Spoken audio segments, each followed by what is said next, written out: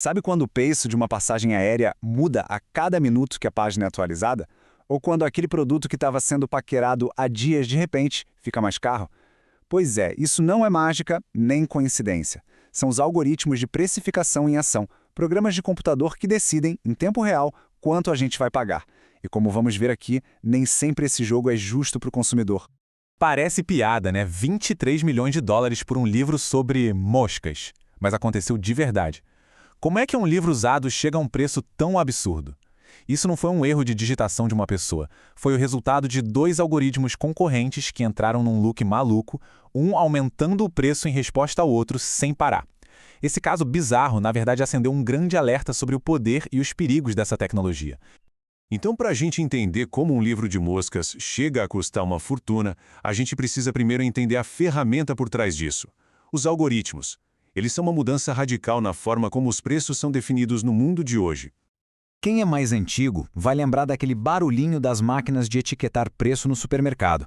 Uma pessoa ia lá, definia o preço e ele ficava ali, estático por um bom tempo. Era igual para todo mundo. Agora, no mundo digital, a história é outra. Os preços são fluidos, dinâmicos. Um algoritmo pode mudar o valor em questão de segundos, baseado em um monte de variáveis e, o mais impressionante, ele pode criar um preço só para uma pessoa específica.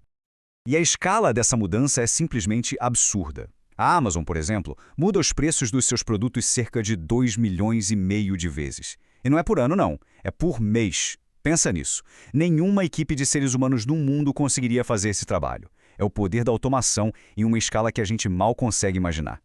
Ok, então resumindo de forma bem simples. Um algoritmo de precificação é basicamente um robô que toma decisões. Ele recebe um monte de dados, preço do concorrente, nível do estoque, demanda, horário, e com base em regras pré-definidas, ele cospe um preço. É essa a lógica por trás de quase todos os preços que a gente vê mudando o tempo todo na internet. Agora, vamos entrar na parte que mais importa. Como isso afeta o nosso bolso? O primeiro grande problema, o primeiro dano ao consumidor, é justamente a capacidade desses algoritmos de criar preços personalizados. Um preço feito sob medida, que parece nos conhecer. Essa prática tem nome e sobrenome: discriminação de preços. A ideia em si não é nova, mas a tecnologia permitiu que ela fosse aplicada numa escala massiva e individual. O algoritmo basicamente tenta adivinhar qual é o preço máximo que cada pessoa estaria disposta a pagar por aquele produto. E, pronto, oferece exatamente esse preço. E como ele faz essa mágica? Simples. Ele nos observa. O algoritmo sabe nossa localização, o que a gente comprou antes, se estamos usando um celular de última geração ou um computador mais antigo, sabe até a hora do dia que a gente mais costuma comprar. Cada clique, cada busca, cada produto visto, tudo isso alimenta um perfil detalhado sobre nossos hábitos, usado para calcular o preço perfeito. Perfeito, claro, para o vendedor. O segundo grande dano é ainda mais perigoso, porque é silencioso e afeta todo mundo.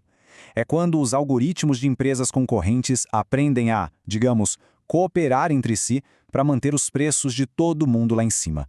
Eles agem como um cartel, mas sem nenhuma pessoa precisar ligar para outra para combinar nada.